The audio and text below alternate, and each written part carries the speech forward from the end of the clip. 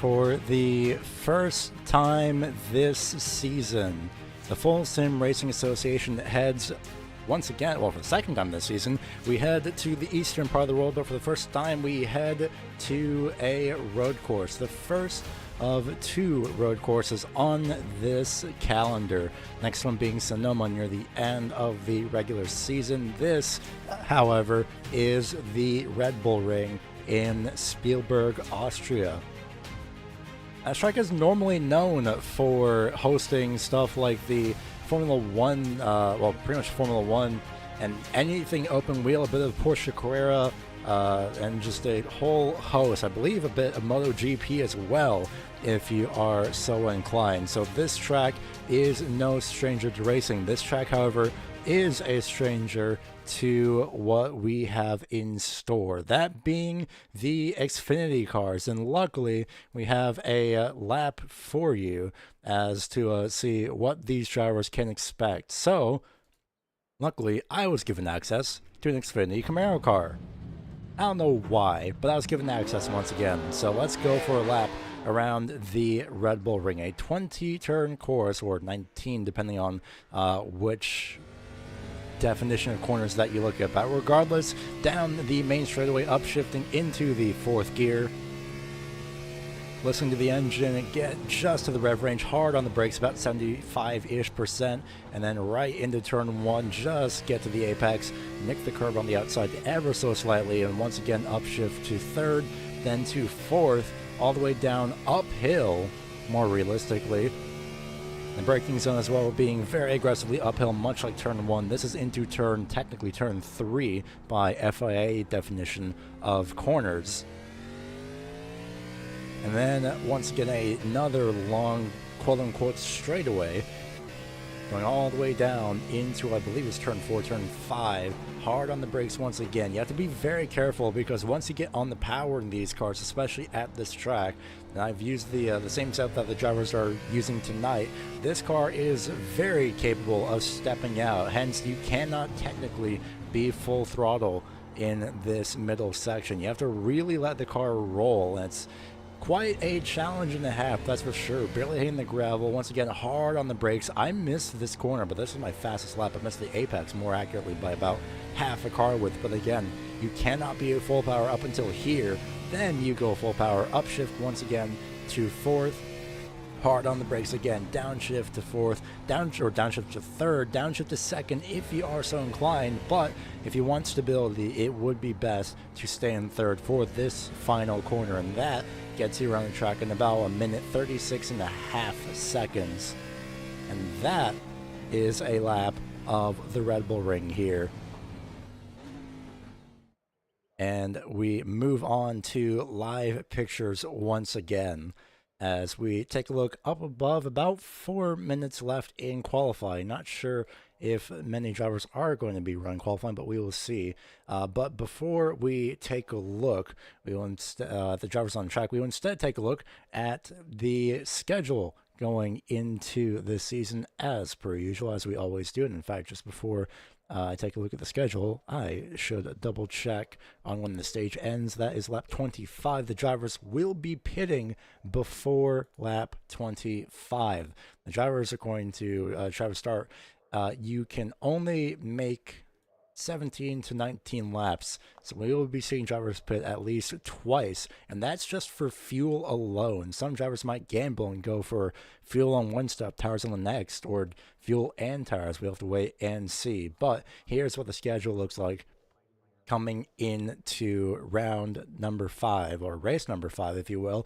Andrew Medlin, Brian McCann winning twice, Cameron Sarton breaking the streak that Brian McCann was just about to start at Dover last week. So McCann and Sarton are both locked in. We will get to the championship standings momentarily, but we're currently at the Red Bull Ring. To round out this month, we head to Michigan next week and then Iowa, and those two tracks are going to be such a amazing visual to see, especially after coming to, again, the Red Bull Ring. And we will look at the championship standings coming into this event. Now, you won't be seeing this on the live graphic, which will pop up in the bottom right. I will emphasize that a little bit. But Brian McCann and Cameron Sarton have locked themselves in. There is a win and you're in system, but that is only if you are a full-time driver. If you're part-time, understandably, you're not eligible to get locked in immediately. You could still make it in on points, hypothetically. Of course, why wouldn't you? But this is what things look like coming in. This will be updated mid-race during the stages, as well as at the end of the race, as qualifying is going to be ending in about 2 minutes' time. And dare I say, it might be enough time to take a look at the starting grid a little bit early, even though we do have a rolling start starting from the main straightaway. So we have all the time in the world to stall, if you will. In fact, I think we might be able to get a look at the live point standings right now, depending. In fact, I don't believe... that's why he's not showing. So Cameron Sarton's not put in a qualifying lap. That's why he's not showing up on the graphic that I have, at least in terms of a real-time position. But something that can show up, I'm going to give it just a little bit longer before we go ahead and look at the starting grid. So while we wait a little bit, let's take a look at Jared Claude, who for some reason is still in the Packers paint scheme, but might as well keep it. Looks really good. And he goes off track immediately. Well, that is pretty much lap over for Jared Claude. Cameron Sarton has attempted to put in the lap and 2 laps and was not successful. Same goes for Jared Claude. So we continue to wait the last 30 seconds, but that does mean we are able to give you your starting grid coming into tonight.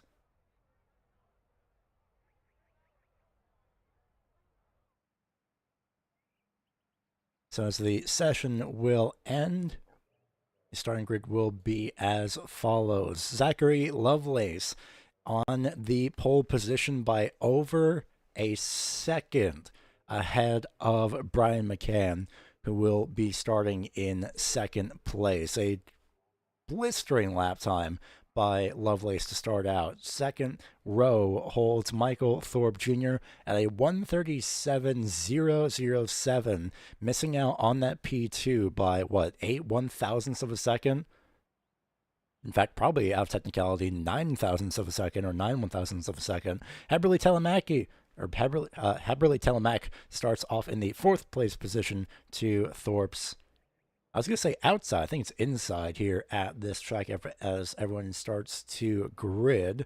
And it is reversed out. It's a short lap, isn't it? A full pace lap. Well, that makes it loud to me. Well, we will still continue regardless. Jonathan Burt will be starting in the 5th place position. 6th place is Philip Chavez in the 101. Victor Fluger and Travis Start will be starting off in the 7th and 8th place positions, respectively. As it looks like we'll be going to the last row, row number 5. Starting in the 9th place position is both Tony Brent and then Chris Chavez Essery rounds out the 10th place position. Starting in 11th is Brian Johnson. Larry Griffin starts off in the 12th place position. 13th is William Dove. 14th is Doug Pierce. 15th place is going to be Corey Mower. Ryan Lynch starts off 16th. And the driver that could not set a qualifying time, actually 2 of them, is Jared Claude and Cameron Sarton, starting off 17th and 18th, respectively. And that is the field being rounded out by Hunter Karsten in the number 13 machine. So that is your starting grid as the pace cars just been given the signal to go. This might be the only time we see the pace car, depending on how turn 1 goes.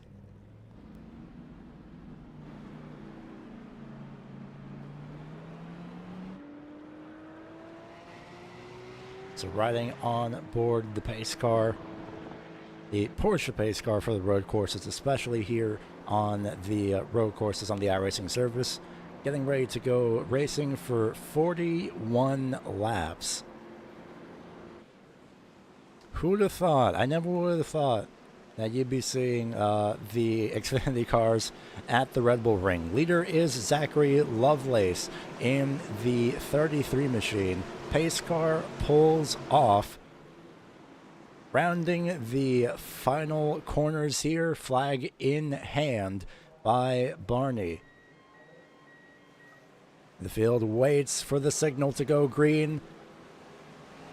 It's actually quite a late call as it's further down the straightaway. Green flag flies nonetheless here as we go racing here at the Red Bull Ring.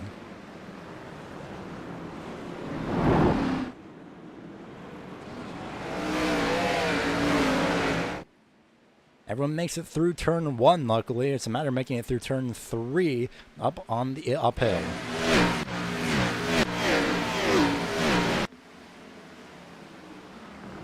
Side by side for second as Michael Thorpe Jr. immediately moves up to the 2nd place position, just like that. In fact, the 6 of Jonathan Burt has ran into some issues. He spins on the exit of the corner. But aside from that, aside from the lone spin of the number 6, everyone's still relatively single file. Well, I say that, but, well, the visual says otherwise. Everyone's trying to get single file, but, well, that's not going to be the case. Oh, as there's another crash again. The 27 of Brian Johnson and the 46 of Jared Claude get together. The 27 trying to restart the engine. Jared also getting held up. Jonathan Burt has made his way through. And just like that, I was about to say leading at the end of this lap. Well, we're not quite there just yet, but the top 3 all in the league of their own. Just like that, leading the first lap here and completing the first lap is going to be Zachary Lovelace. Again, somehow, some way, as sliding on corner exit is Brian McCann. The 33 and 34, it might just be the numbers, honestly, but they somehow managed to find their way together every single time. So the top 3, Lovelace, Thorpe, and McCann, and then we go to Chavez, Travis Start, and Heberly Telemac as they make their way through turns 1 and 2, and then another 3-car group, I believe, 4 cars, give or take. Chris Chavez, Esri, Victor Fluger, and Tony Brent, Larry Griffin, and Cameron Sarton battling it out for the 10th place position as Cameron Sarton makes his way through. Now you might see, and you might have noticed the red numbers on the timing tower, Brian McCann and Cameron Sarton. That indicates that they are locked in. The background number, or the background color, will be changed when we get to the playoffs, since some drivers might be running red paint schemes. It depends, but we'll see. That will be changed, though, once we get to the playoffs, or potentially next week, as Michael Thorpe Jr. has the number 8 bearing down on him.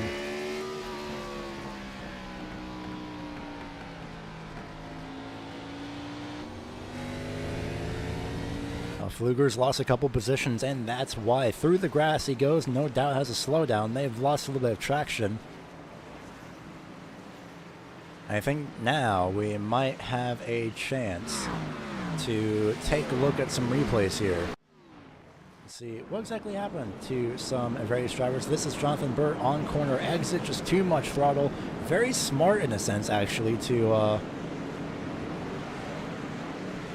hit the throttle to get out of the way. So look at that one more time, same angle. Gets on the curb, and then that's just that uphill transition. That gets everybody, even in the open wheel cars. And then a little bit down the road, Brian Johnson and Jared Claude, as Jared, well, Jared did make the move. The door was open. It wasn't exactly the most ideal option, but, well, it was open and available. And contact had been made. As we go back live once again, taking a look at the 33 of Zachary Lovelace. Thorpe in second, third, Brian McCann. This is why I'm glad we have the timing tower. Which will now change to interval, gap 2 car ahead. So I can keep an eye on some of these battles that we somehow might be missing, such as a potential battle between Victor Pfluger and Larry Griffin as they make their way through the downhill section, the end of Sector 1, that's technically speaking, as Hunter Carson is looking at the back bumper of Corey Mower.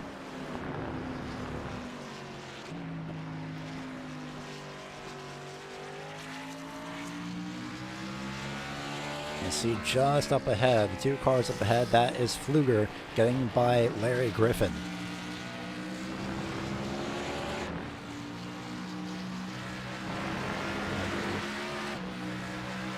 So the last lap for Hunter Carson being a 139.8. These drivers still trying to get everything under control, and one car that is not under control is the 77 of Larry Griffin, who we just saw had to spin on corner exit.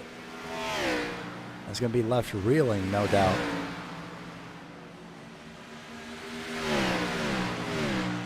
Down, or up into turn number 1, more accurately. Griffin just locks in behind. We'll get a replay of that and see what happened with the 33 machine. We just caught the tail end of it, so we'll try and run this back one more time.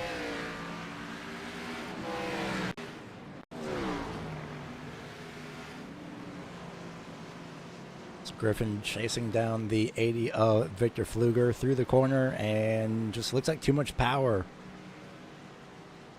That can happen quite easily here. As we'll take one more look on the in-car.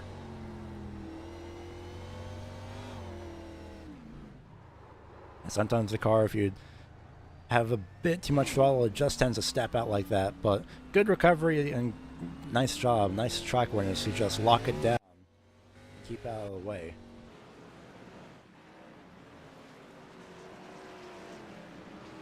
To come back live, we see the 8 of Brian McCann sliding out of turn 19 through turn 20. He has not left Thorpe out of sight. And by the way, Lovelace, his previous lap time, 1 second faster than Michael Thorpe.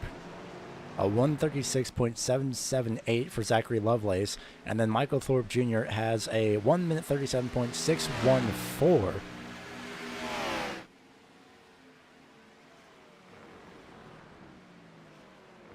So we might have a road course ringer. I wouldn't be surprised if Lovelace has the same performance at Sonoma once we get to that near the end of the season.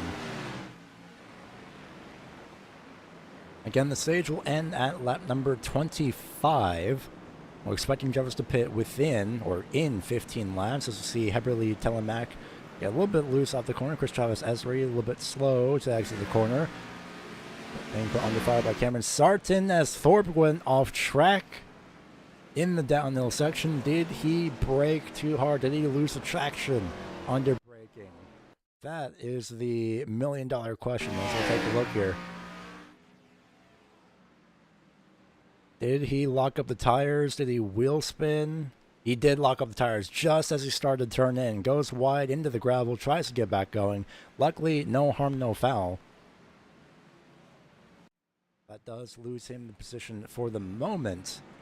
We'll see if he is able to recover that second place position once we get to the stage. Remember, these drivers do have about basically a maximum of 19 laps of fuel, so they will have to pit twice. In fact, I did a bit of running myself as William Duff has lost a couple positions in the battle for 17th with Brian Johnson. Duff backs out. Just trying to hang on to it at this point. As we move back up to about middle of the top 10, give or take. The one of Sarton all over the gearbox of Chris Chavez Esri.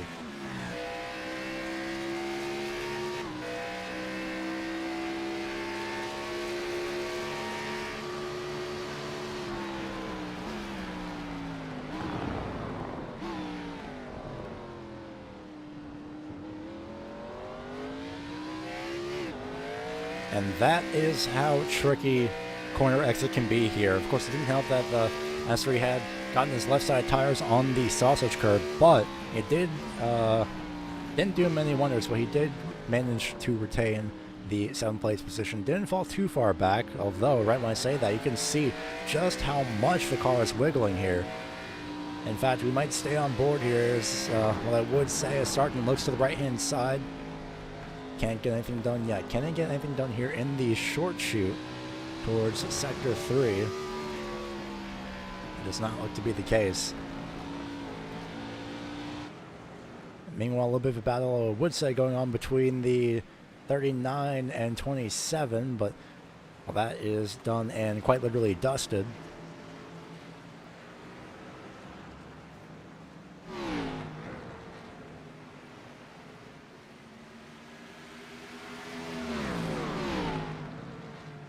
Taking a look at 11th through 12th. Correction. 12th through 14th. Nope, 11th through 13th. There we go. But Hunter Carson will lead this small group of 2 drivers, that being Jonathan Burton, the 6, and Corey Mower in the 84. Uphill towards the front straightaway, towards turn 1. Hard on the brakes, down to second gear, and then just back on the power once again for a huge passing opportunity. And speaking of passing opportunities, that is a passing opportunity for the one of Cameron Sarton into turn number 3. Gets the pass done on Esri. I'll take a look at that one more time as we just caught the tail end of that pass. Sarton picking up the right-hand side.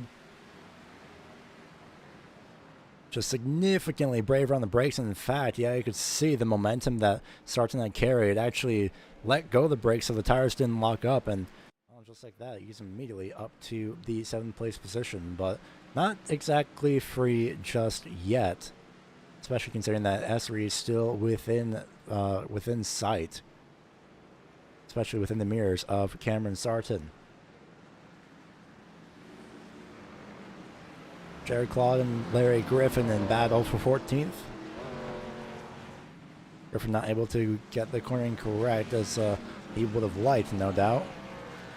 So currently settled for 15th place as field starts to spread out here on lap number 8. Zachary Lovelace, I think, is the resident road course ringer, to say the least. 4 seconds between himself and Brian McCann. And there's McCann, there's Michael Thorpe Jr., who, by the way, was 0.2 faster than Brian McCann. Travis Start getting passed by Cameron Sarton, who's slowly but surely making his way through the field. Sargent is on a charge. We'll see how things go after the first round of pit stops. So once again, the stage ends lap 25. Drivers will have to pit as fuel will pretty much be out by about lap 19, lap 20. So the very intriguing thing is, do drivers skip tires for the first round of pit stops? Because the stage ends at lap 25. So do drivers just go fuel to the end of the stage, complete the stage, and then do they go back into pit road for tires? Because they will definitely have to pit again twice. You could maybe, barely stretch it to from lap 20 to lap 41, but it's just not possible at that point. So watch this battle between FSRA and, I was going to say FSRA and Shadow Stark. Sargent was a little bit wide off that corner.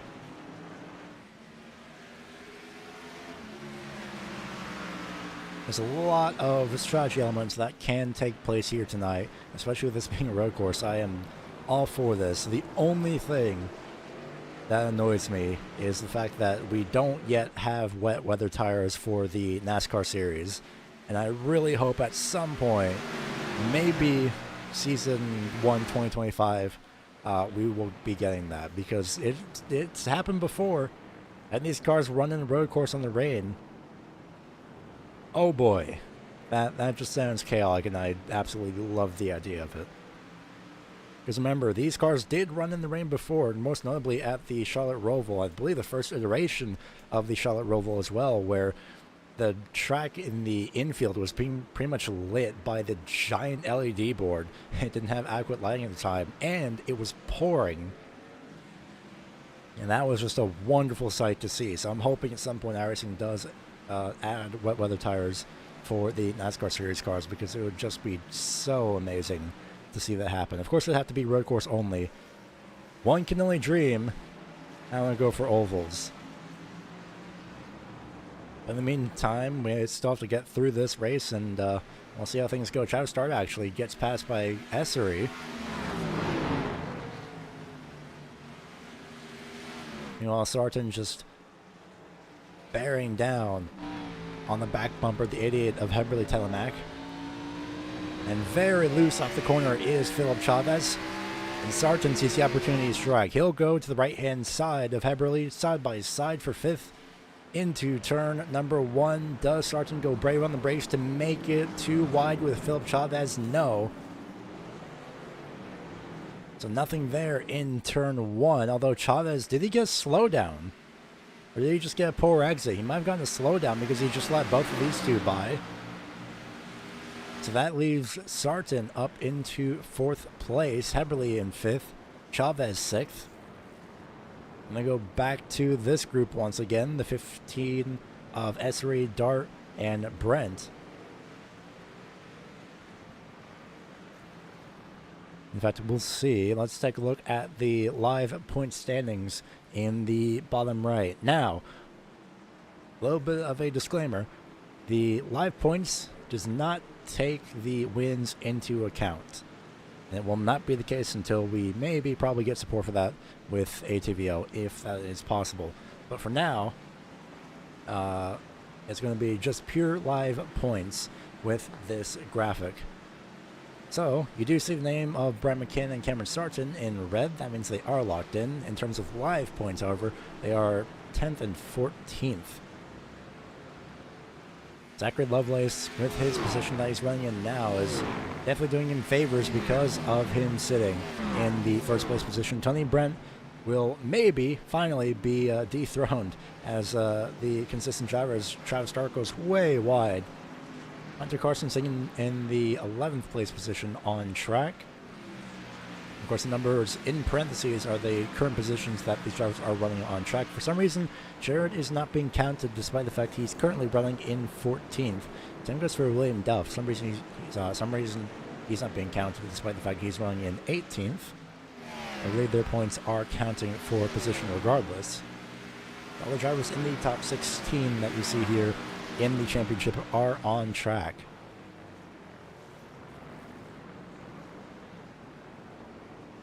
And speaking of positions, we might have a pass for P2.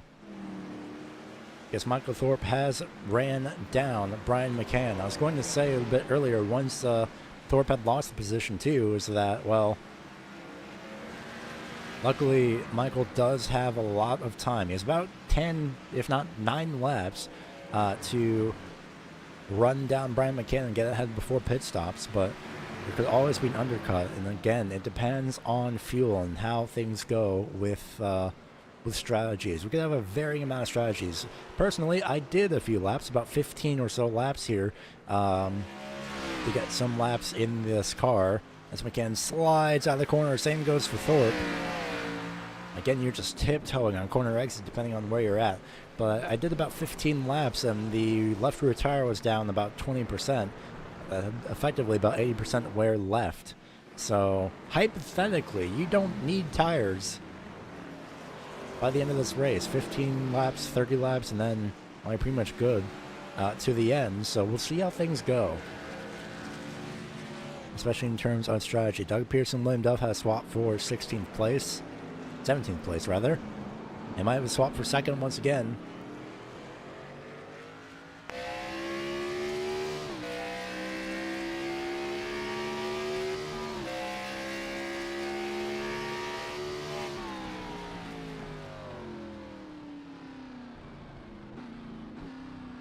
Does Thorpe go to the right-hand side? He tries his best, but no dice.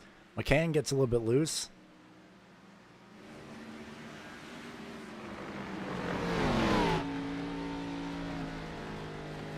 Both of them still hanging on to it.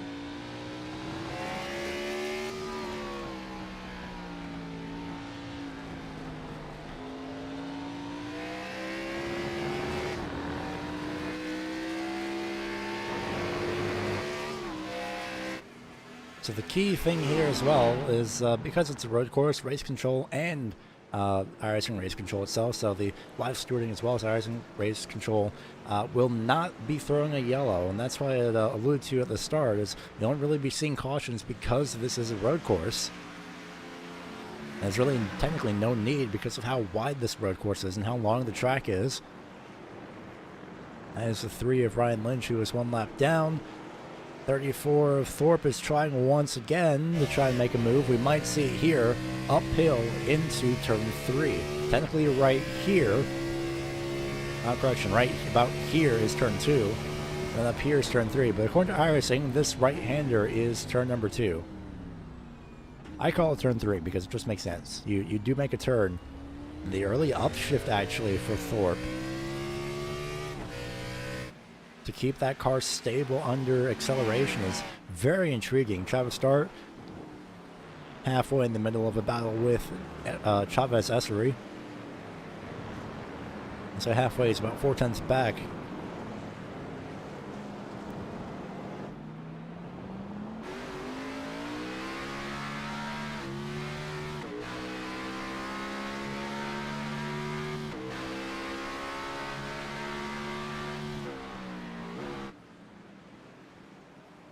Right on board with a couple of these drivers here momentarily. Of course, when they want to, a few things are happening, such as Jonathan Burt getting passed by Corey Mower. Not sure if Jonathan Burt had a slowdown by chance. To see the backfire, the exhaust, as these drivers get hard on the brakes, let go of the throttle. And one driver going to pit road early is Brian McCann. Under the something I missed, the pit window isn't necessarily until like what, 3 laps from now. I think I see what McCann is going for here.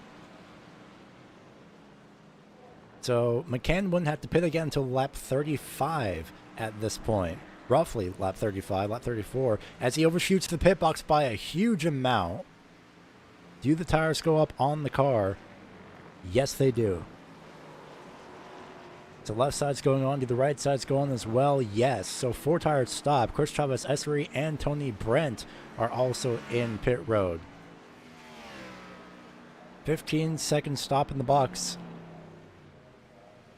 for Brian McCann. So this is very intriguing. You know, I completely forgot about the entire undercut of just existing. So we'll see how things go. But that entire trip down pit road was basically 36 seconds for Brian McCann. In terms of drivers who didn't overshoot their box, it was 33.3 seconds, both for Chavez Esri and Tony Brandt, despite the fact that they had about 0.3 of a second difference in their pit stop times. Brian Johnson in pit road. So see what these drivers are going for here. They are deciding to pit early because of the stages. And taking tires as well. Does Lovelace go to pit road? Yes, he does. We'll see him enter pit road here. Have to be hard on the brakes, being very, very careful. So Thorpe chooses not to pit. You see him on the right-hand side of your screen.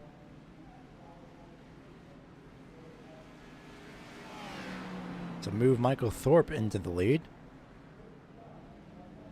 Doug Pierce just about to leave his pit box. Brian Johnson was in his pit box for 7.9 seconds. That's enough for just a full tank of fuel, really. Cameron Sarton has just gotten in the pit road. Here comes Heberly Telemac, Philip Chavez as well, and Travis Starr.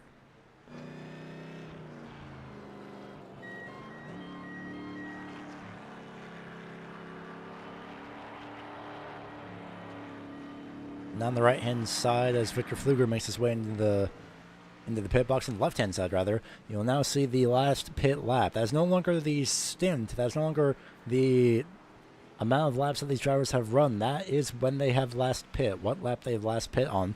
Huge thanks to Nick Thisson at ATVO for adding this within, I think, 24 hours of me suggesting, if not 48 hours. So now, numbers that you see are the lap that these drivers have last pit on. Anyone with a 0 has, of course, not pit yet. So that is namely Michael Thorpe, Hunter Karsten, Jared Claude, Larry Griffin, William Duff, and Ryan Lynch. Is Thorpe going to try and go for the overcut? Is he going to try and run to the end? No, he is not. He's going to pit on lap 15, coming to lap 16. We should see the number change from 0 to 15, considering the pit entry is before pit road. Thought that might change up. Nope, there it goes. So now that leaves Zachary Lovelace in the net lead. And Brian McCann just now rounding the second to last corner. And oh no, Michael Thorpe Jr. is also overshot his pit box. He did the same thing that Brian McCann did. Now he's going to take tires. I would have, oh man, well, we'll see if it's too late. Does he only take 2? No, he's going to be stuck taking 4. There's Brian McCann down the front straightaway into turn number 1. And now Michael Thorpe Jr. is leaving pit road. Hunter Carson is yet to pit, by the way. He might be trying to go for the overcut. He's definitely not going to make the end of the stage. Again, that's lap 25 in 9 laps time.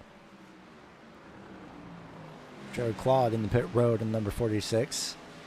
No doubt Larry Griffin might be following suit here in a couple laps. Chooses to stay out this time.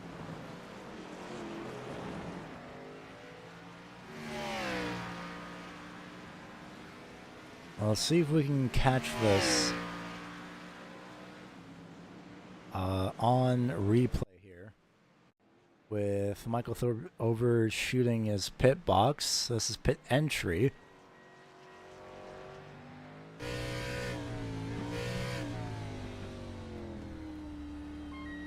So down to pit speed. And he should be approaching his pit box momentarily here in about 5, 4, 3, 2, 1.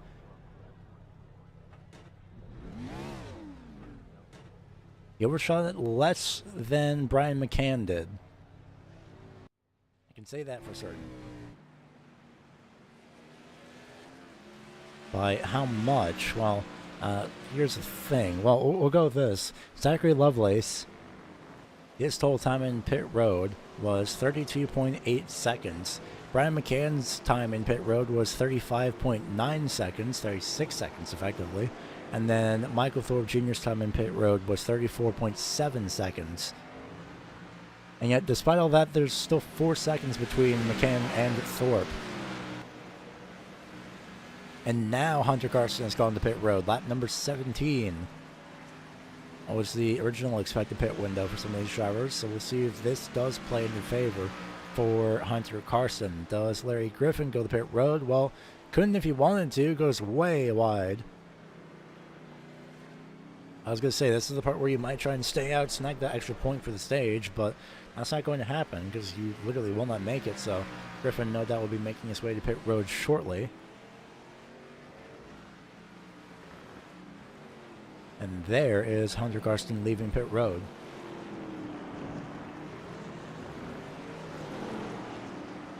So now this just leaves a few scattered battles. We have one for position number 7 between Tony Brent and Philip Chavez. 28 and the 101 respectively. To make their way down through turn number 5.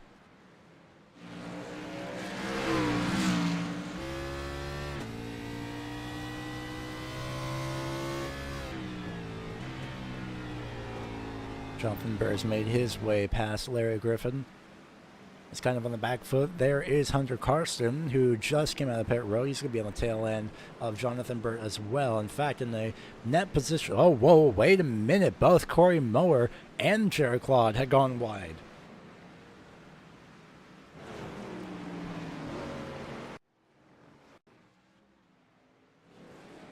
Not entirely sure what happened. Again, we just got the tail end of it. Let's try one more time here. So it happened between the 46 and 84. Did both of them just happen to go wide? Yep, no contact between the two. It's a thing of happening to follow the car in front, so no harm, no foul between the two. No contact, even more luckily. Bill Chavez will still be chasing down Tony Brent. As there goes Larry Griffin to pit road. So this leaves Hunter Carson in 11th place for the time being.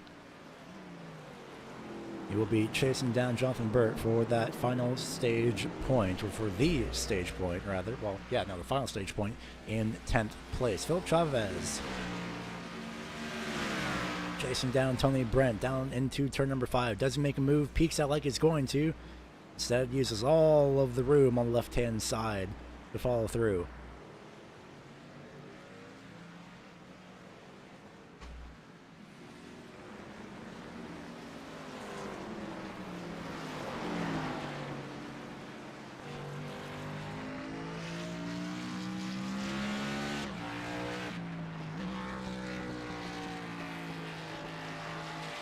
Wide goes Tony Brent. That's a very tricky corner to get right, especially with how quick that corner comes up. Phil Chavez is chasing down the 28 of Tony Brent.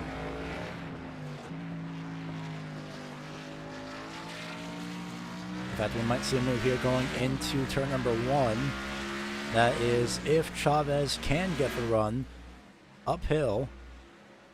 Side by side they go. Chavez is there, and he'll make his way into turn 1. Slides his way through turn 1. Nearly contact. Netco contact. Even worse, as the bumper of Philip Chavez is off the car. And we saw that as it happened. Chavez had the corner almost made, slid just in front of Tony Brent, made a little bit of contact, and then Netco just yanked the car around, and that is the product of online racing. No harm, no fault to Tony Brent, that is for sure.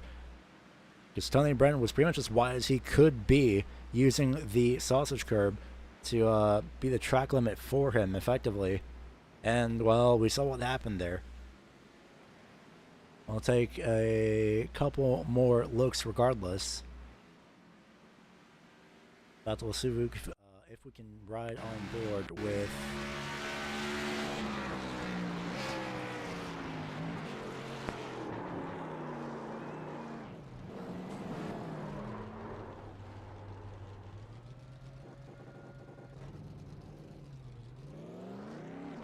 and then from on board Tony Brent. A bit too far back, but we can see the run uphill.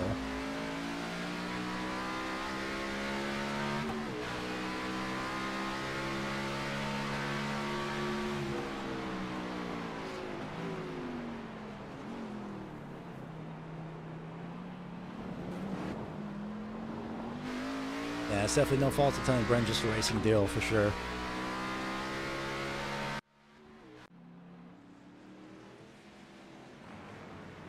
Well, we are about to hit lap 20 of 41, nearly close to completing the stage. Again, that is lap 25, the completion of lap 25, more specifically.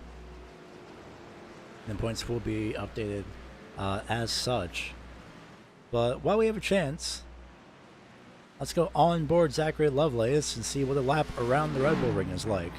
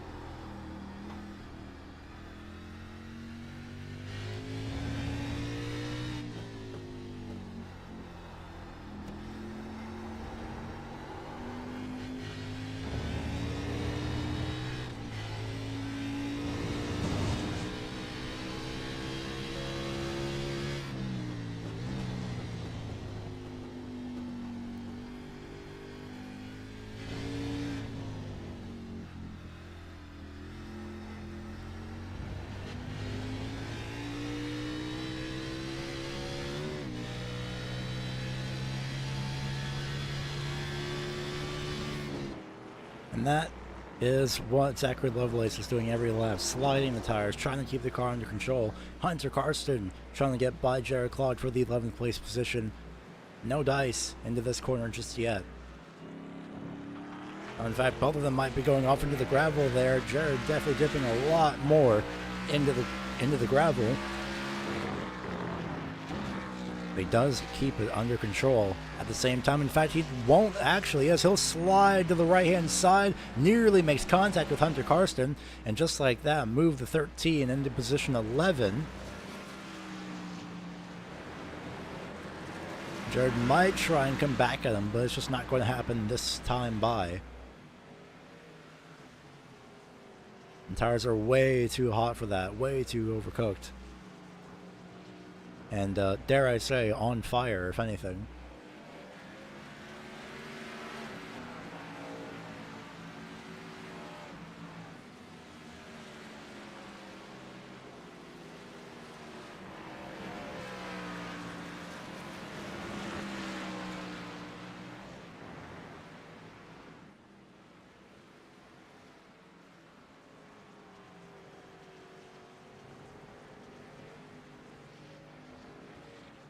So approaching lap number 23. 2 laps until the completion of the stage.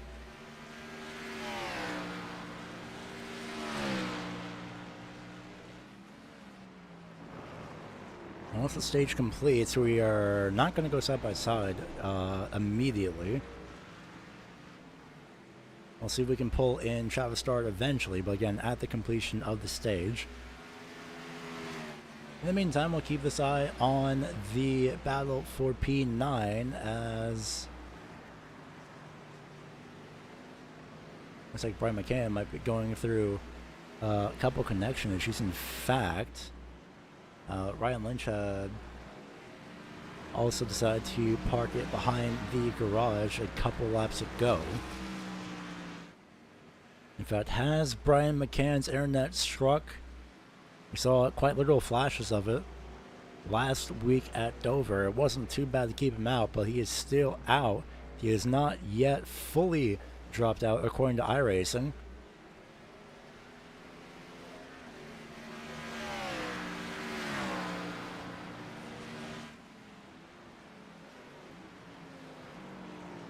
He's still considered in the sim despite the fact that McCann is still losing positions. Again, this is luckily why he is locked in.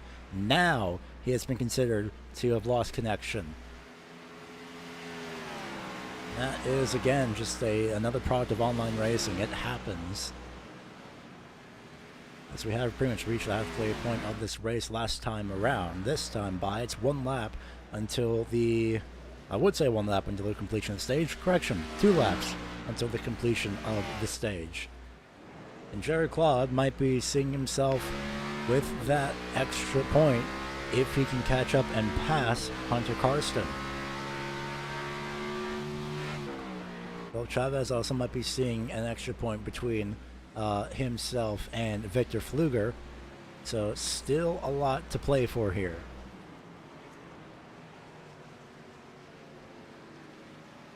McCann has reconnected as Chavez goes by Fluger, and I think Fluger just decided to let him go. Which, considering this is road course, fair enough. Jared Claude might begin the extra point here. We will see. Lovelace has not hit the line just yet.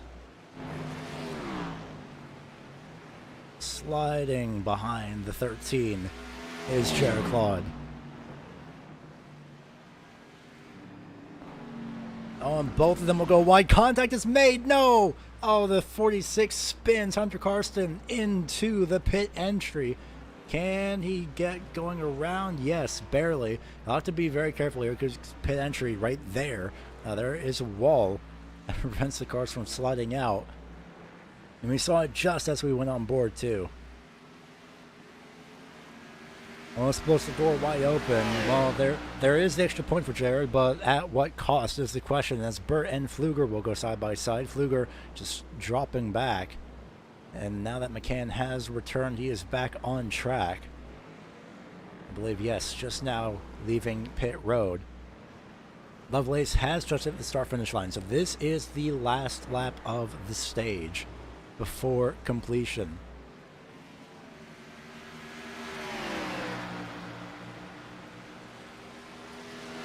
We'll see how things go.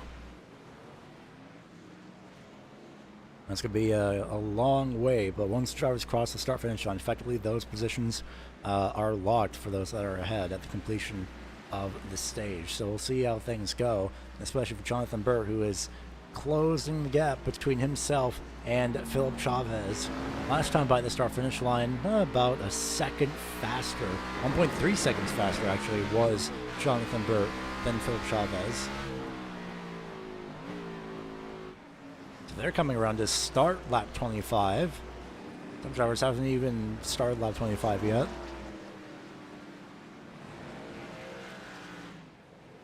Keeping a half eye on Zachary Lovelace. So now these drivers have started lap 25. Meanwhile, Zachary Lovelace is just about to round the final few corners. Go ahead and give the stage win to very silently and unexpected, if you ask me, road course ringer Zachary Lovelace. An extra 10 points going his way. So he has nothing to worry about. Lovelace rounds the final corner. Completion of the stage. Stage winner is Lovelace. And if I were Lovelace, I would pit immediately because he can't make it to the end. Here comes Thorpe sliding around. He will complete the stage in second position. Cameron Sarton slides even more than Michael Thorpe does, practically drifting. If you ask me, he completes in position number 3. And Heberly Telemac hasn't really had, no doubt, the best performances, not as great as Heberly would have liked, no doubt, but this P4 in the stage helps a huge amount. Chris Chavez, FSRA, will also round the final couple corners, and they'll have Tony Brent bearing down on his back bumper. Both of them will finish 5th and 6th, respectively. Philip Chavez has had quite literal run-ins and missing a back bumper, but Chavez finishes 7th, 8th, Jonathan Burt. 9th is Victor Pfluger. And here comes Jared Claude to round out the top 10. He does get that extra point. Waiting for race control to say, yes, stage points awarded for P1 through P10.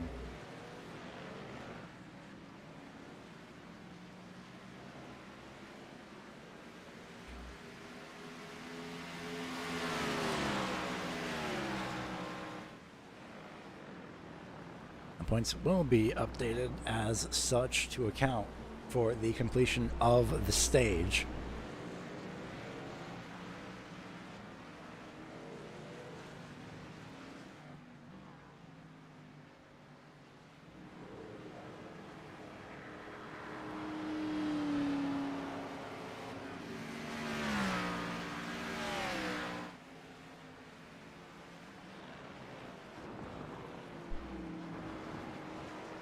So not taking the finishing positions into account, just stage points alone, not much has changed in the grand scheme of things. In fact, there might be some changes. Jared Claude 1 point ahead of William Duff, no longer tied. Brian Johnson 1 point ahead of Jared Claude. We'll see if we can get the point standings updated as well.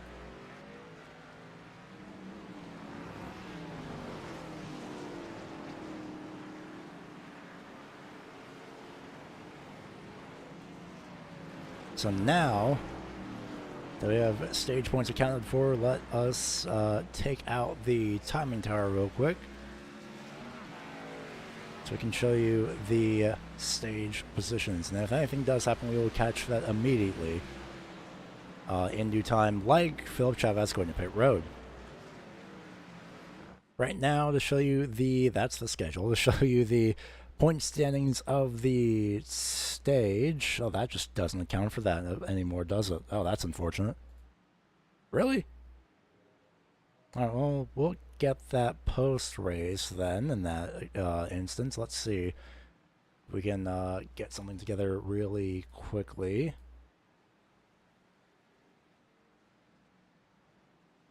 Just so that can actually update. Because that should be showing up. It is not.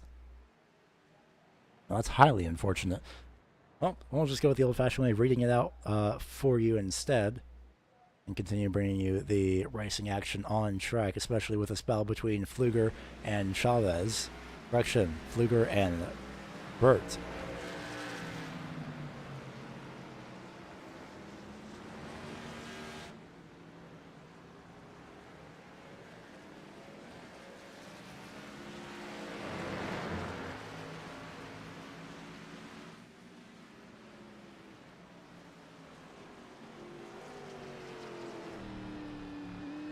Looks like Pfluger will abandon this battle, maybe try and undercut Jonathan Burt here going into the last portion of this event.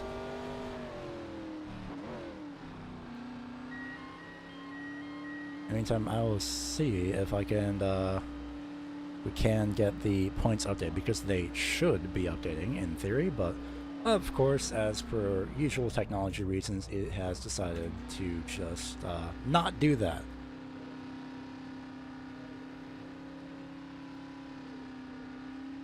Quite literally, no matter what, is not accepting that whatsoever. So we'll do this the old-fashioned way, and we will force it to update by reloading everything.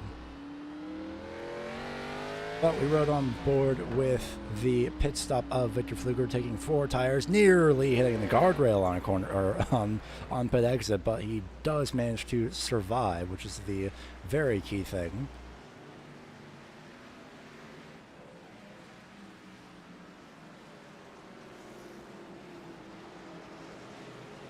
So we'll see. Do we have an updated points graphic? Ah, yes, we do.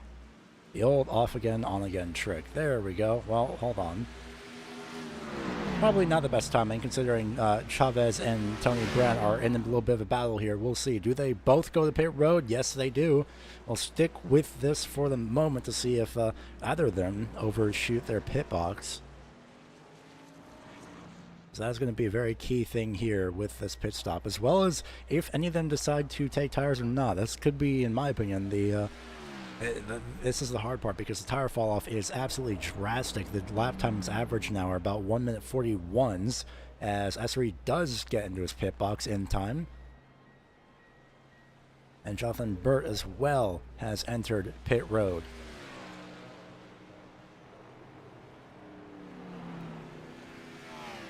Well, now that we have a chance, and we'll take it now before we don't have any chance whatsoever, these are the updated championship standings. Tony Brent still in a net P1 position. Lovelace in, well, I say net P1. On pure points, he's P1. But Tony Brent, third, fourth, Lovelace. Hunter Karsten in fifth, 2 points ahead of Michael Thorpe Jr. Travis Start in seventh, 4 points ahead of Chris Chavez. FSRA, 5 points ahead of Philip Chavez. Philip Chavez is 2 points ahead of Ryan Lynch, who is a very comfortable, what was that? 9 points, I believe, out of Brian Johnson. That is quite literally quick math, so I could be wrong with the amount in between. But regardless, Johnson and Claude and Duff, all 1 point separating them. The cut line is P12. That is getting smaller and smaller every single time. Jonathan Burt not too far out at 102 points. Screenshot if you want to. I'll keep this up for a little bit longer, the next, say, 10 seconds, before we go back to the track and see what things are happening and what strategies are playing out.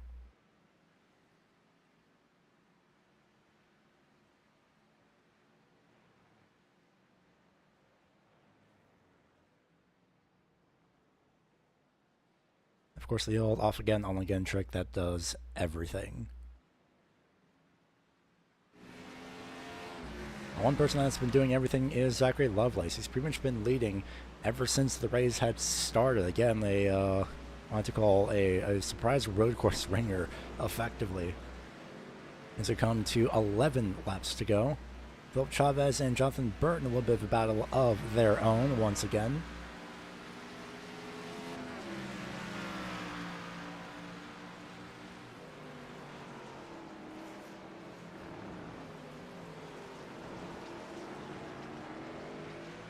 You should be saying, yes, that is the gap to the car ahead.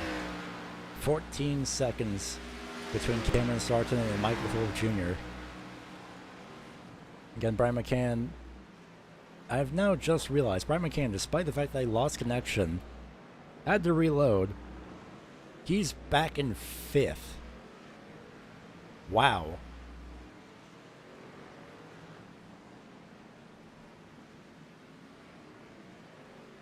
See David McConnell saying out in chat, still top 10-3 in points, I'll take it. Fair enough, you gotta take the small wins where they're at. Hopefully everyone is having a good evening as well. I believe I forgot to mention that at the top of the broadcast. Hopefully everyone is doing well.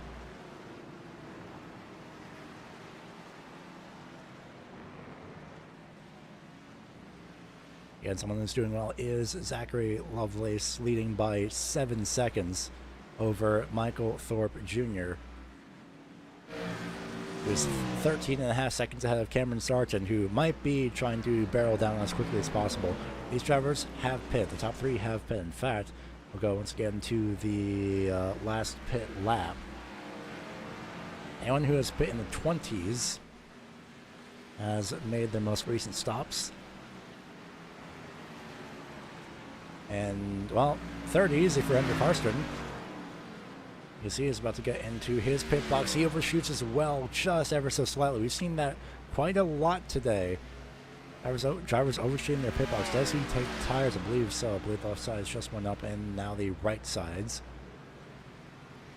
And he'll go down on the way to the end of the session.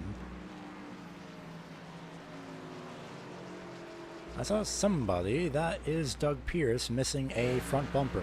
What in the world has happened to him? Let's see if I can get anything here. It might have been on pit entry. I might find their answer here.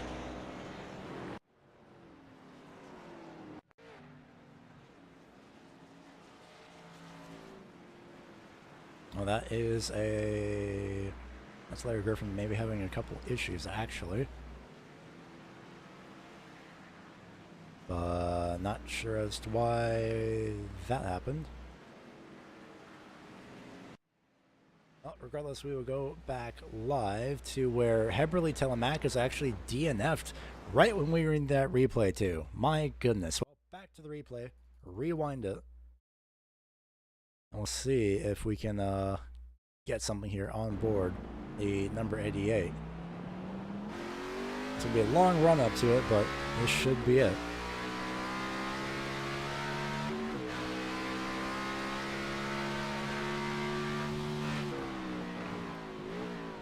Claude has just entered pit road, and she's just not leaving pit road. So everybody gets a little bit loose again. Oh no, and spins to the outside. Kept it off the wall, so I'm not sure.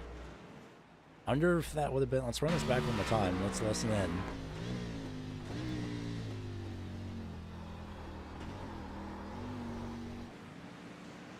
Not sure.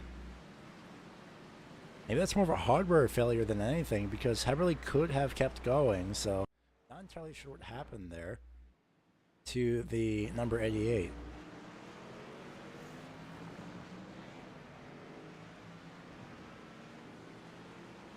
Let's see if we can talk to a driver here, provided he is well and truly not in the middle of doing anything. That looks to be the case. We'll see if we can potentially drag in the 26 of Travis Start.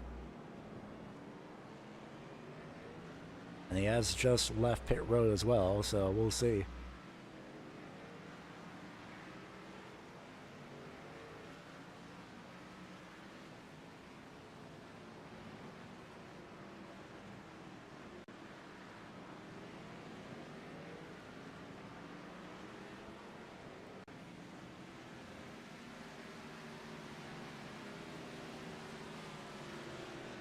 Gonna wait for him to go through the corner and get onto the front trailer before we decide to even move him, just in case.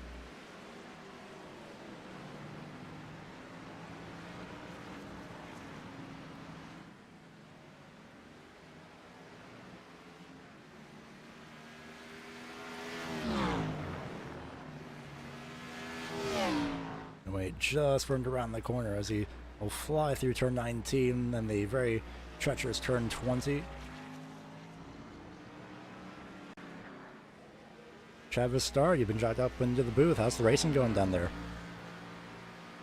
My penalty that I gave myself, it's been going pretty good. Not too much spinning or anything, but I guess I was a little bit too outside of the line on pit entry, and I got a penalty for it, so that kind of screwed up my entire race. And so you are managing to hold strong, at least for the moment. So go ahead and give the viewers a little bit of an idea of how tire management is going, especially with how the car is usually very prone to stepping out here with the wheel spin. So I haven't... I thought tire management would mean a little bit more here. I mean, of course, I'm not driving all out every lap, but I'm definitely just being smooth. Some corners I'm doing in second, while others doing it in third, but that's more for comfort, even though I imagine tires feel a little bit better in the corners where I'm deciding to take it in third rather than second, but that's more so for comfort rather than tires. But no, I don't know, the track's definitely picked up some speed. I think everybody's put down their fastest laps in the last like 5 laps or so, which is interesting. I would have thought that the track got in faster. I'm going to go ahead and let you go and focus to the end of the race, but keep it up out there, and I would say we'd hope to talk to you again, but we'll see how next week goes. Yeah, not tonight, not tonight, maybe next week. Have a go. So that is Travis Dart, driver of the number 26, who said he was open to doing an in-race interview like that, so... I even said before, bold decision, but we'll go for it. And so that was the 26, and well, if anyone else is so inclined, we can do that. This is the part where we would have done under caution interviews at this point as well, but, well, we haven't really had many cautions to, we have, I mean, for this race, we haven't really had many cautions. We haven't really had the opportunity to drag somebody in during a caution because we had so many things to talk about, but one of these days we'll get somebody else, somebody during racing action, no doubt. For an interview, and someone we're definitely getting during racing action is Tony Brent, potentially catching and passing the 15 of Chavez Essery, depending on how these last 7 laps go.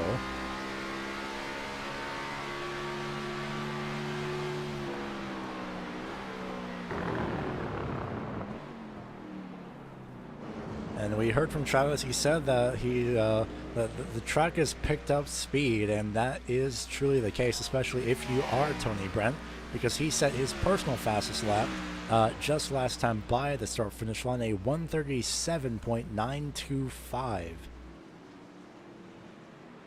That's the best lap that he has set on that track. I think the best overall lap is down to Lovelace.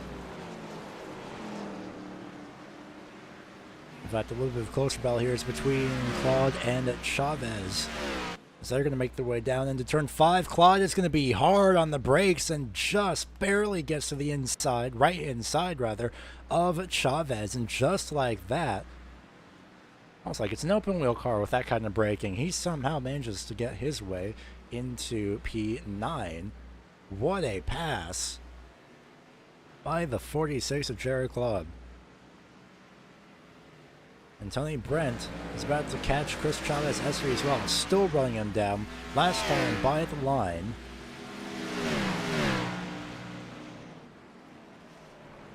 About 0.2 of a second faster is Tony Brent compared to Philip Chavez. And in fact, we'll see if we can just throw up everybody's previous lap time once they cross the line over on the timing tower.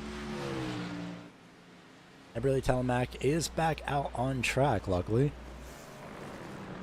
So I have seen as well the a disconnect and reconnect, so it might have been a temporary hardware failure for the number 88.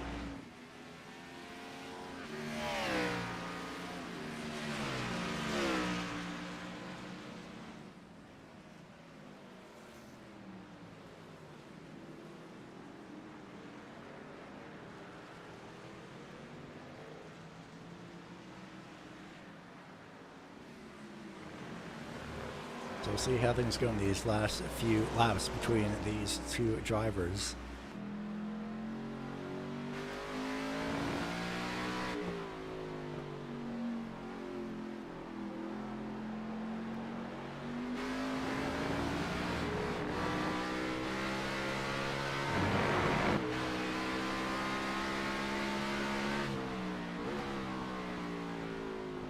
And out of all the cars around, this is the closest battle on track for position as Tony Brent goes flying to the left-hand side, closes the gap. Does he have the run? Does he have the momentum to make the run for the top 5? Looks to the right-hand side, but of course no dice. Too far back is Tony Brent.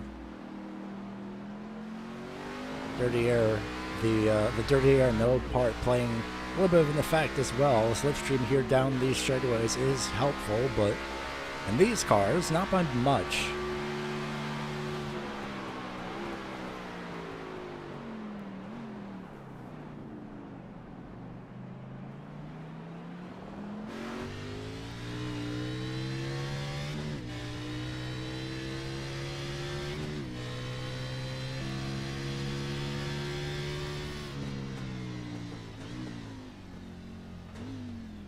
From about 150 miles an hour to 50 miles an hour just in that small span of time. Showers being hard on the brakes. Luckily brake fade doesn't exist here. But man, if it did, that would be even more intriguing to see how the drivers could handle brake fade over time. Especially these heavy stock cars. Especially with some of them, with how hard they're pushing. especially with how hard people like Jared Claude would be pushing. Oh no, he makes contact with Victor Pfluger, who just holds on to it. Did they just both converge on the same line? I'll run it back to get a replay here. Well, of course, right when I say that, we get to the tail end of it once again. Not having the best luck with replays today, apparently. The Pfluger slid.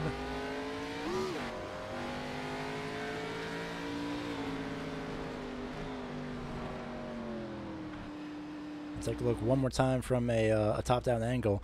So Pfluger, yeah, just slid, lost traction, missed a shift as well a little bit, and I think it's just a racing deal. Yeah, I think Pfluger just came down. Pfluger had moved over just a little bit.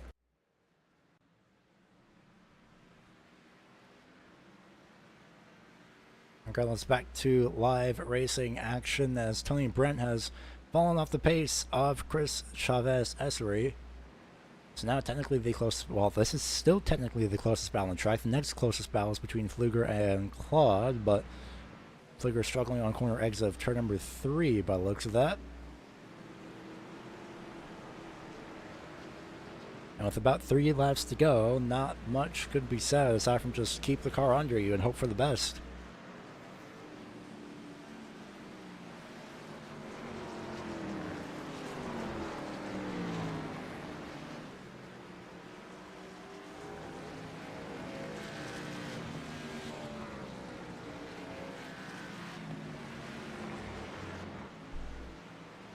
We'll see how things fare in these last few laps.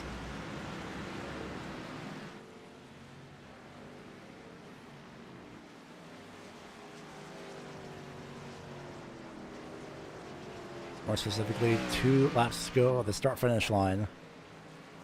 So, no white flag just yet, but this is where we will be seeing it, and that's where Lovelace will be seeing it. As he crosses the start-finish line with 2 laps to go.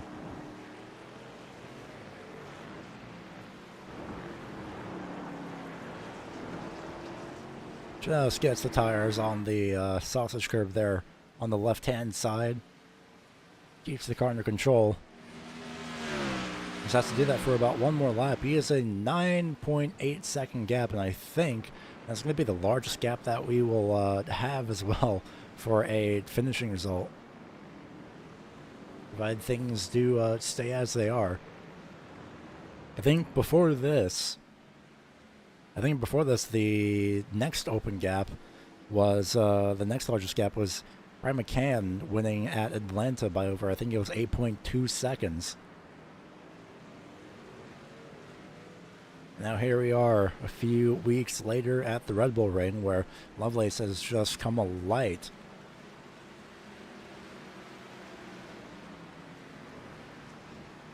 Still the closest battle on track. We ride on board with Chris Chavez Essery, we'll ride on board with Tony Brent as he tries to chase down Essery here for the 5th place position.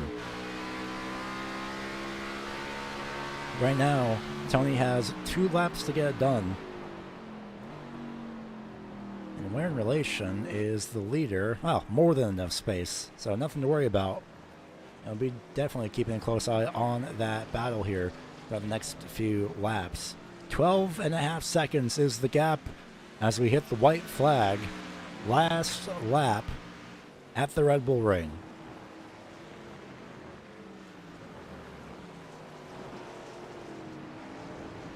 Lovelace has been utterly fantastic today.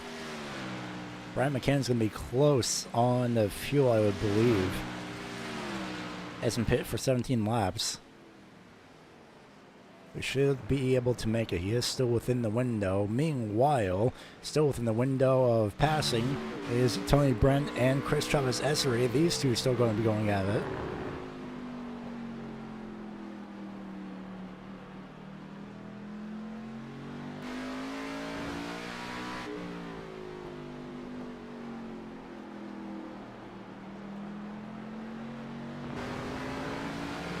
Keep in mind the leader is still quite a ways back.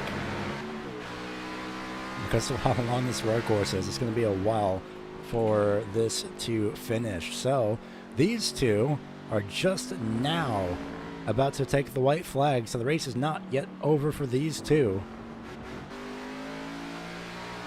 In fact, we'll stick with this going into turn number 1.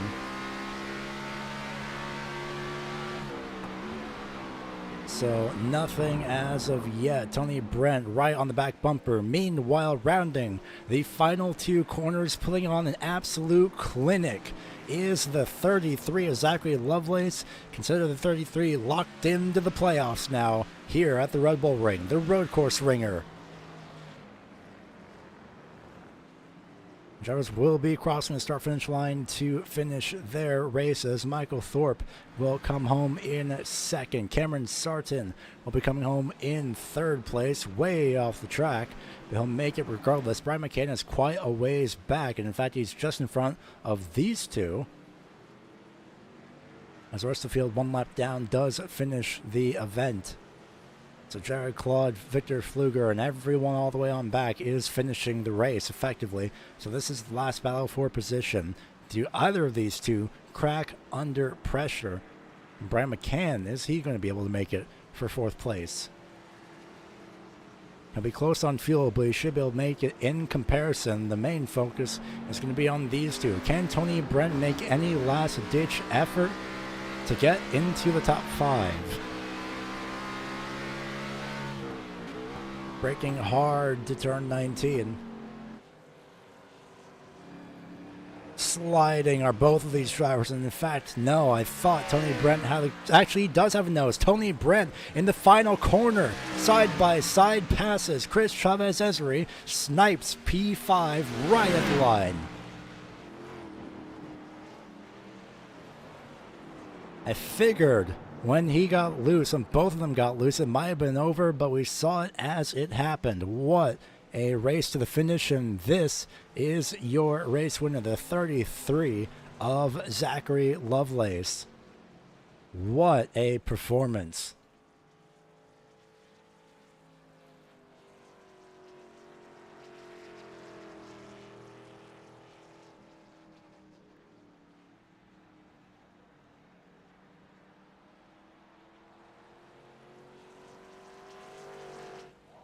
No doubt the 33 about to burn it down here on the front straightaway. Sight not really seen by too many drivers here, or too many fans here, no doubt, in at the Red Bull Ring. But that is your race winner, Zachary Lovelace.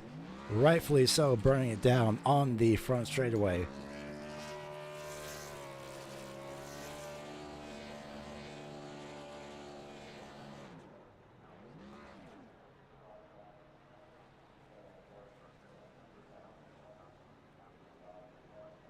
Again, interview with your top 3 momentarily, but first we will be taking a look at the finishing results and a look at the updated points standings, especially now that Lovelace has locked himself into the Championship 4.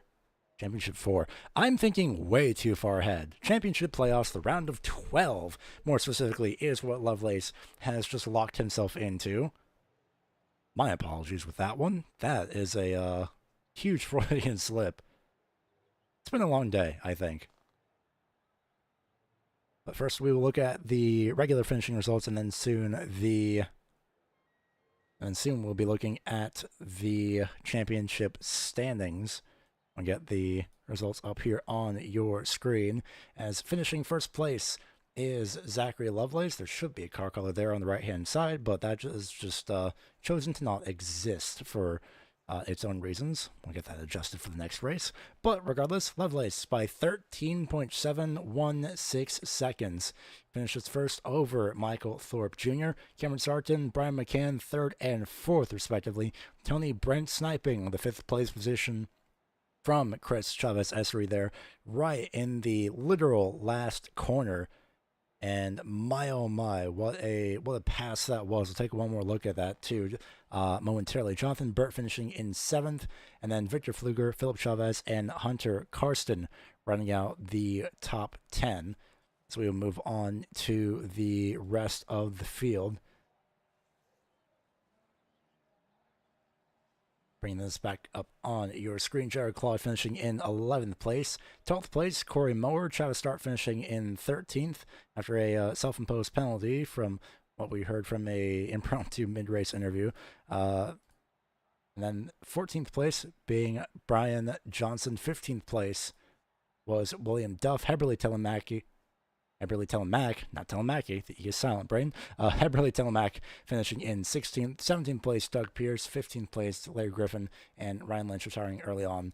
19 is his finishing position.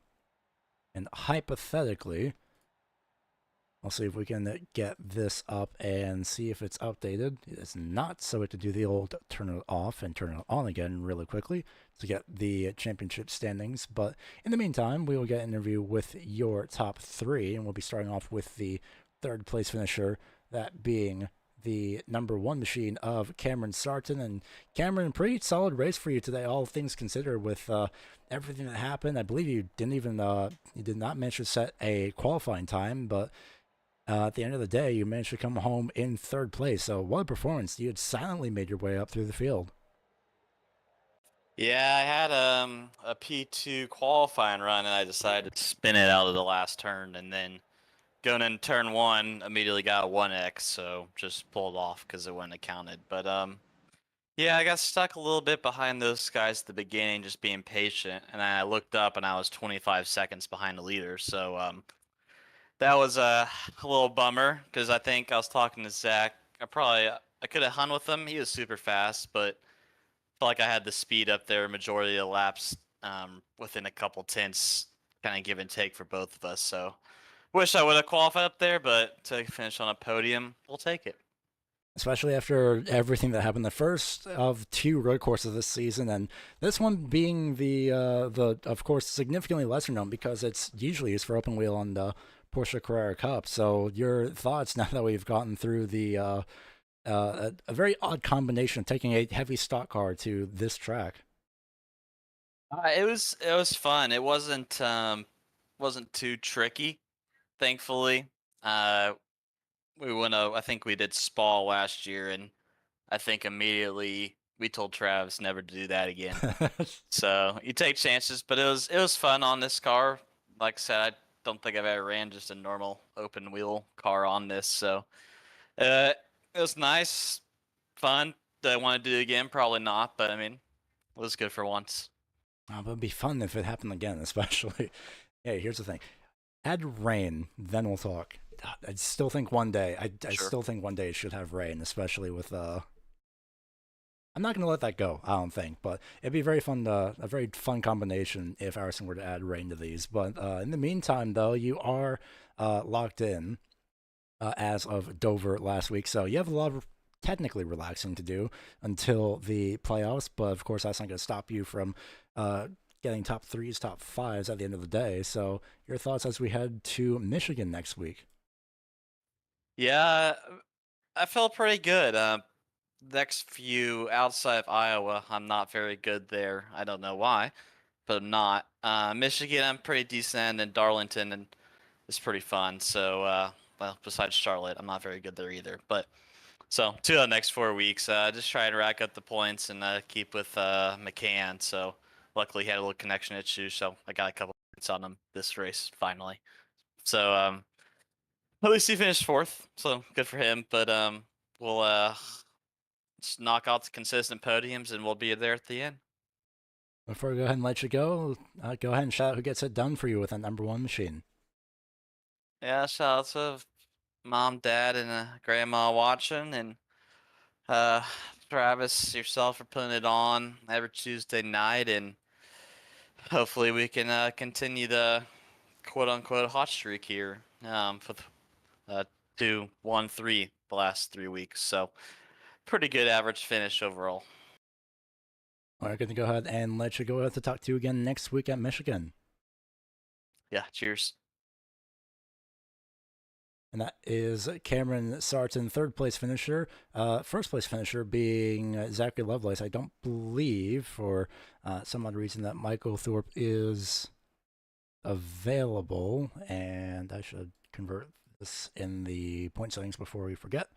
In the meantime, I don't believe Michael Thorpe Jr. will be available for interviews, not in the waiting room. So instead, we will go ahead and move on to the first place finisher, Zachary Lovelace, who out of nowhere just absolutely demolished the field in an Xfinity car at a track that has open wheel, Porsche, and MotoGP. What did you do to the car, Zach? Saying all week when we've been practicing, the quickest way to drive this car is to not drive it. You got to just protect those tires, and that's how it was. I just tried not to do anything to it at all.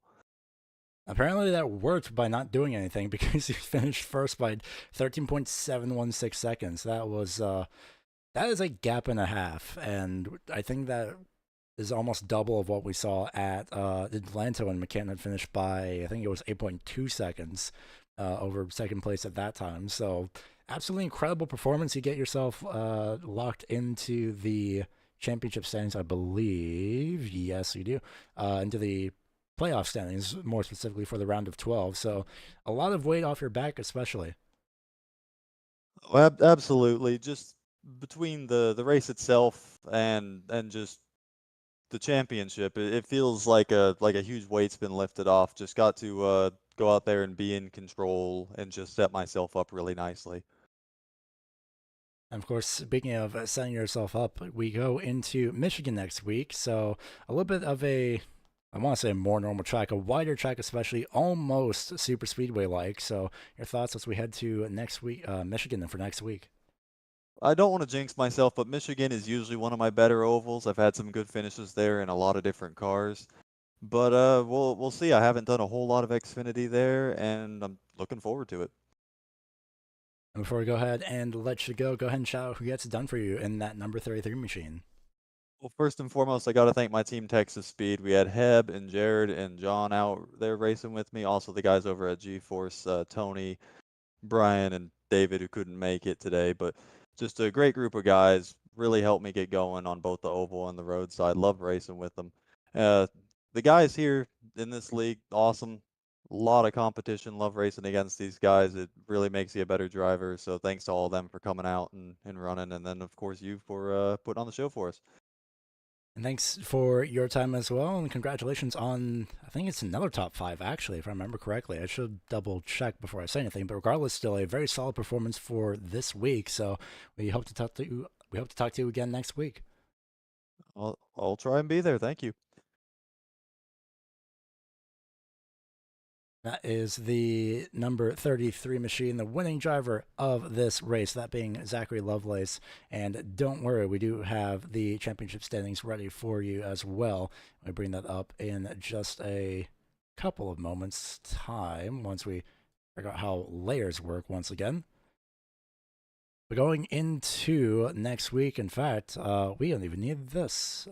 We would, in fact, need the Michigan B-roll, because that is next week. So heading to Michigan next week, we go ahead and take a look at the championship standings after this event, which ends up having Zachary Lovelace joining the ranks of Brian McCann and Cameron Sarton, of those drivers being locked in. Tony Brent still consistently has a very strong chance of finishing, managing to make the top 12. He sits 4th place, and about 24-point gap, I think, if not 18-point gap, is Tony Brent, or it's Michael Thorpe Jr. to Tony Brent. And then 6 points behind him is Hunter Carson. The gaps are starting to get a little bit larger. 151 points to Chris Chavez-Ezeri. Chavez start at 148 points, 143 points for Philip Chavez. Jonathan Burt at 10th place with 132 points. 131 points tied between Jared Claude and Ryan Lynch. Brian Johnson not too far behind, 129 points. Same goes for William Duff at 126 points in 14th. Again, the cutoff is 12th place for the championship standings. David McConnell still 3rd, luckily, or 23rd, as he pointed out earlier. And, well, that moves us to looking at the schedule once again, which should be updated with the newest winning driver, that being Zachary Lovelace. And of course, now that we got that added in, we can bring this up for you on screen as well.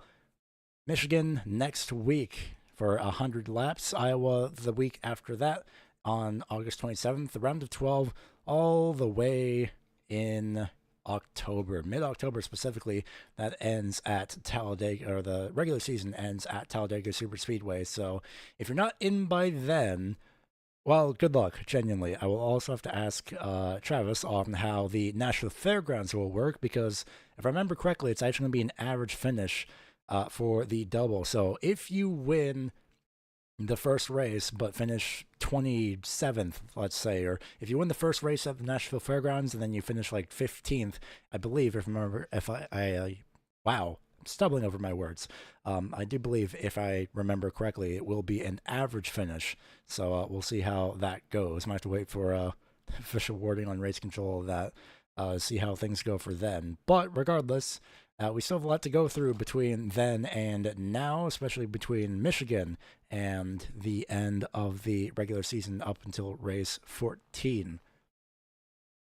But aside from me tripping over my words because the monitoring is slightly delayed, thanks everyone so much for watching. Hopefully you did enjoy the FSRA Red Bull Grand Prix. Next week again, and again and again and again, we go to Michigan, and that's going to be a track that is primed for a little bit more chaos in a sense, but a lot of more, significantly more lanes available to have shenanigans at, if you will.